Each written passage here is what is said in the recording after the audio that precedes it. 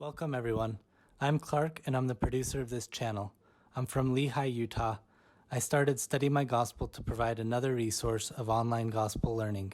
I partner with professional gospel instructors for our various series, including Come Follow Me, Gospel Topics, and more to come. If you like the content, please subscribe. Enjoy the video.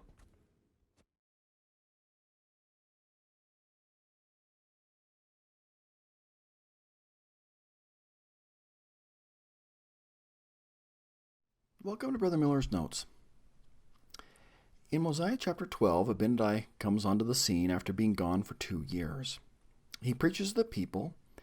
They become upset with him. He is bound and taken before the wicked king Noah and his priests. They ask him questions, and he confounds all of their questions. And then I think they come up with a question. They think, oh, he won't know the answer to this one. They say, now this is verse 20 of Mosiah 12, "What meaneth the words which are written, which have been taught by our fathers, saying," and you know they're going to ask him about Isaiah. Now this is chapter 52, verse 7 of Isaiah. "How beautiful upon the mountain are the feet of him that bringeth good tidings, that publisheth peace, that bringeth good tidings of good, that publisheth salvation, and saith unto Zion, Thy God reigneth."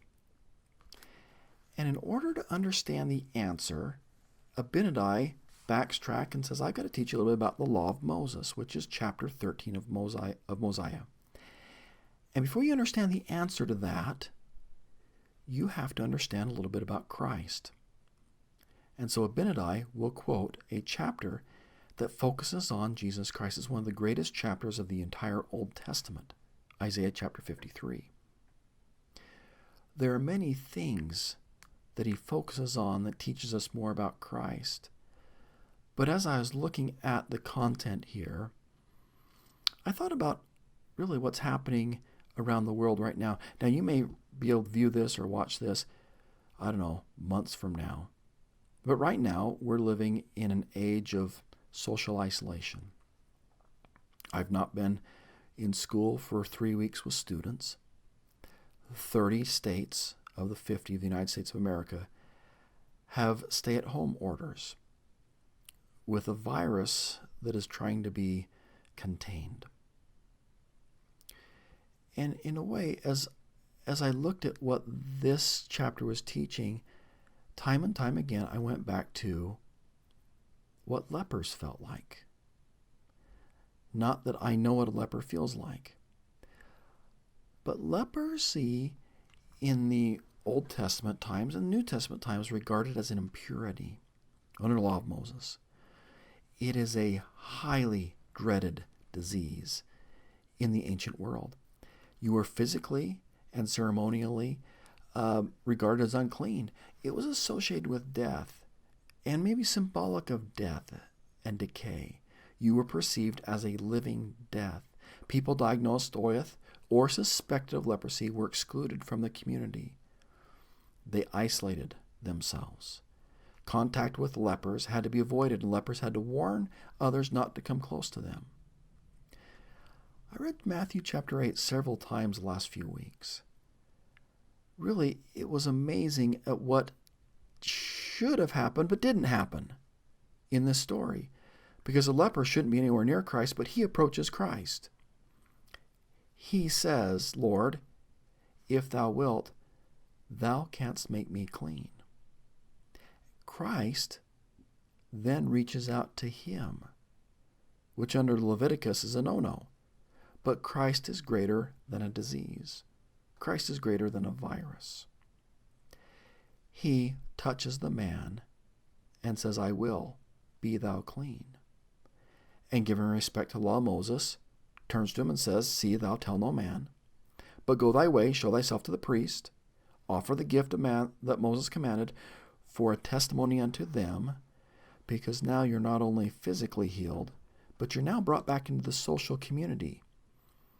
You now are no longer in isolation, but are healed not only emotionally, physically, but spiritually, I think, as well. The leper in the story acted contrary to instructions stipulated in Leviticus 13:14 of how persons with such skin diseases should act. Being contagious and unclean persons, lepers were supposed to isolate themselves from others, demonstrate their impurity, and warn others of their illness.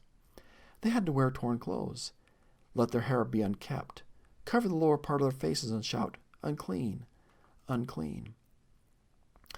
There's a social and emotional cost, along with the physical, obviously, of being a leper. You were isolated, lonely. You had limited community. Your community was no longer those of your friends of the past or a family. It was now a leper colony. You were considered unclean by people. You had no synagogue. For you, there was no temple. For you, you were alone. In the Old Testament, there are some words that speak about leprosy or plagues or diseases. One of them is nega, that we'll talk about right now. The other one is naga.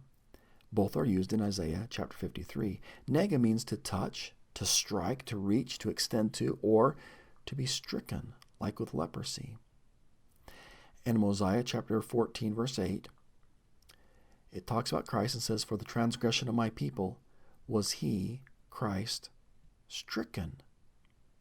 Physically, socially, emotionally. Isaiah chapter 53 is known as dealing with the suffering servant. It starts off making sure we know that Christ grows up before God. God knows him, is supporting him. And as he grows up and becomes a man, he hath no form nor comeliness, which is glory, splendor, majesty, or honor. It also says, now full verses, "He shall have no form nor comeliness, and when we shall see him, there is no beauty that we should desire him." And growing up, I don't think I understand that at all, because I look at the pictures of Christ growing up and I'm thinking, I can pick Christ out of a crowd. Now, I know this picture is only of two people. You obviously know who Christ is. But in the pictures, I look at them and go, which one's Christ? The one with the halo. Which one's Christ? The one that has the focus in the picture. Which one's Christ? Oh, the guy with the halo and the focus in this picture. Growing up, I'm thinking, how could you walk the streets of Jerusalem and not know who Christ was? Who's Christ? You look down the street, the guy with the halo, the guy in focus. But that's not what Isaiah prophesied about Jesus Christ. There was nothing about him to cause people to single him out. In appearance, he was like men, and so is expressed here by the prophet that he had no form, no comeliness. That is, he was not so distinctive, so different from others that people would recognize him as a son of God. He appeared as a mortal man. If you were there at the time of Peter, James, and John, how would you recognize him? How would you know he was the Christ? The same way you know today, by the Holy Ghost. Christ, he is despised and rejected a man of sorrows and acquainted with grief, which you could also say is anxiety. Literally, it's disease. Figuratively, all the calamities he knows. He's acquainted with it.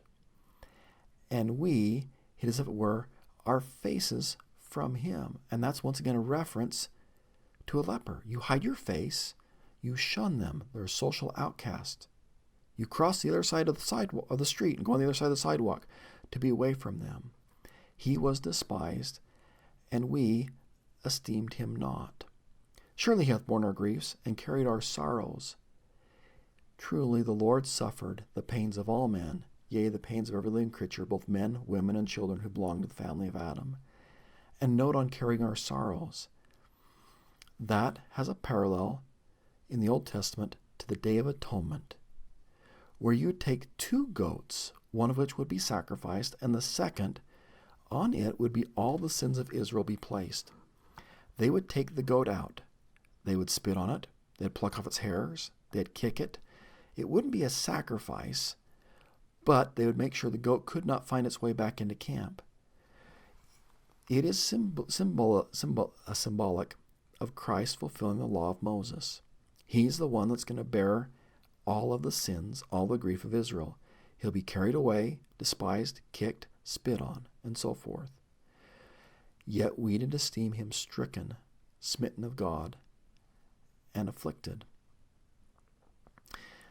That stricken, now this is naga, is used over 60 times in Leviticus 13 and 14. It always has the same meaning, that of suffering the emotional pain of having a plague or disease like leprosy. The common characteristic of leprosy seems to be decay and putrefaction. And thus leprosy is a type or a symbol of sin or the sinful man. What leprosy does to the body, sin does to the soul.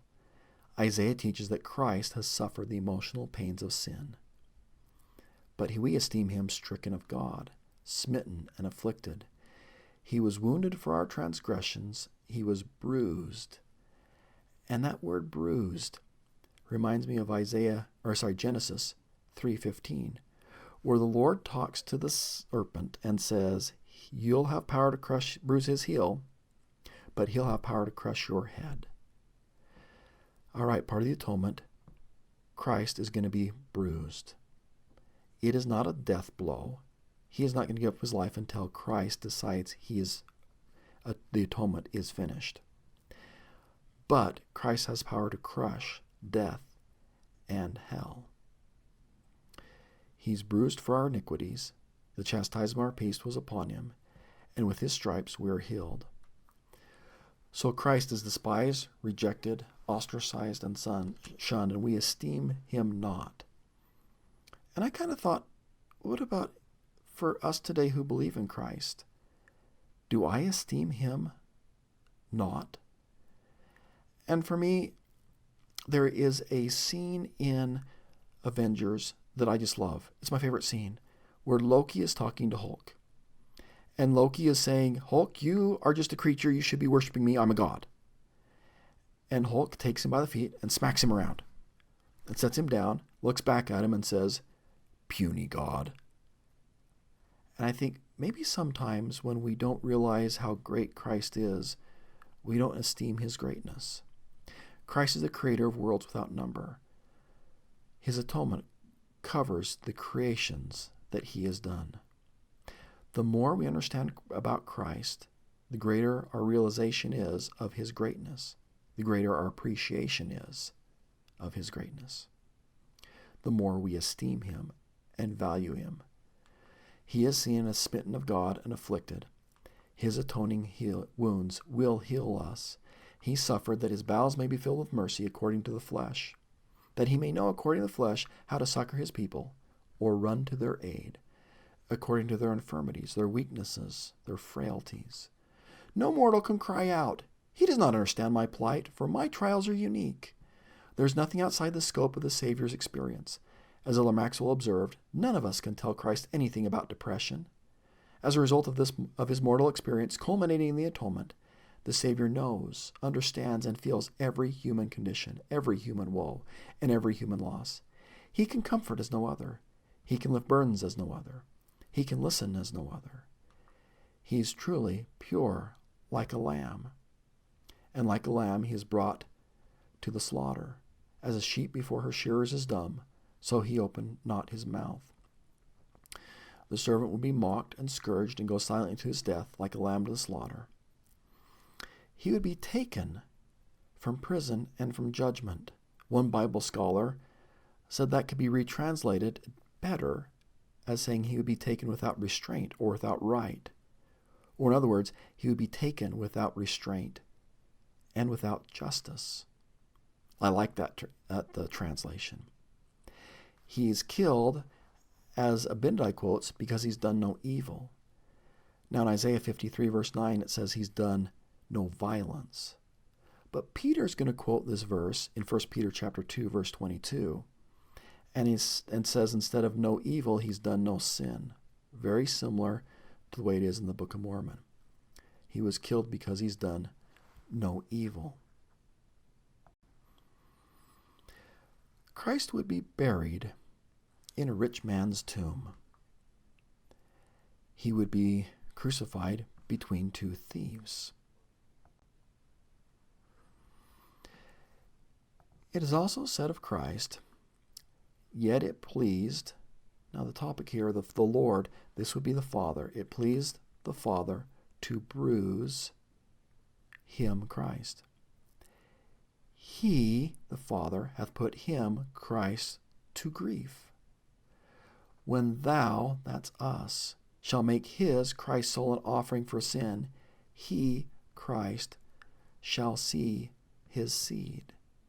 We'll get to the rest of this verse in a minute. But when Christ makes his atonement, he will see us. One of my favorite quotes from Elder Bateman is, "For many years I thought of the Savior's experience in the garden and on the cross as places where a large mass of sin was heaped upon him. Through the words of Alma, Abinadi, Isaiah, and other prophets, however, my view has changed. Instead of an impersonal mass of sin, there was a long line of people, as Jesus felt our infirmities, bore our griefs, carried our sorrows, and was bruised for our iniquities. The atonement was an intimate, personal experience in which Jesus came to know how to help each one of us."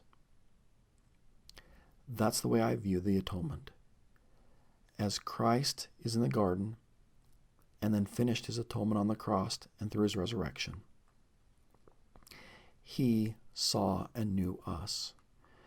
There is no physical pain, no spiritual wound, no anguish of soul or heartache, or no infirmity or weakness you or I ever confront in mortality that the Savior did not experience first. In a moment of weakness, we may cry out, "No one knows what it's like. No one understands."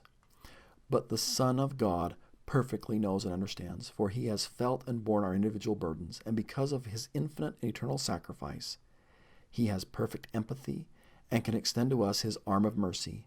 He can reach out, touch, succor, heal, and strengthen us. Now, in the middle of this prophecy of Christ's atonement and death, Isaiah refers to a promise in the law of Moses. The promise that you keep the covenants, the Lord will prolong your life on the land. The intent of this promise is not an extension of life on earth. The intent of the promise is to have your life prolonged on the earth as a resurrected person after this earth becomes a celestial kingdom. Faithful saints are blessed to be in the kingdom of God forever. This eternal perspective is given in Deuteronomy 4:40, where it says, "Thou shalt keep, therefore, the statutes and his commandments, which I commanded thee this day, that it may go well with thee and with thy children after thee, that thou mayest prolong thy days upon the earth, which the Lord thy God giveth thee forever." Really, Isaiah is not teaching that you're going to live forever with a mortal body, but you'll be resurrected and come to the earth, a celestialized place, and be able to abide there with God forever. Now, the suffering servant not only will be buried in a rich man's tomb, he will see his seed, and his atonement enables us to be on a celestial earth forever. We will be declared as a joint heir and share the riches of heaven with the righteous. As I think about the events of my day and what Isaiah taught, I guess my question back to lepers: if I was one of 10, and maybe there in my life there had been physical costs, emotional costs, societal costs, loneliness, isolation, maybe having no temple, no church, would I look back to God? Would I return and express my gratitude even after a time of difficulty? I truly know that Christ is the hope and comfort of the isolated. He is the hope and the comfort of us all. Have a great day.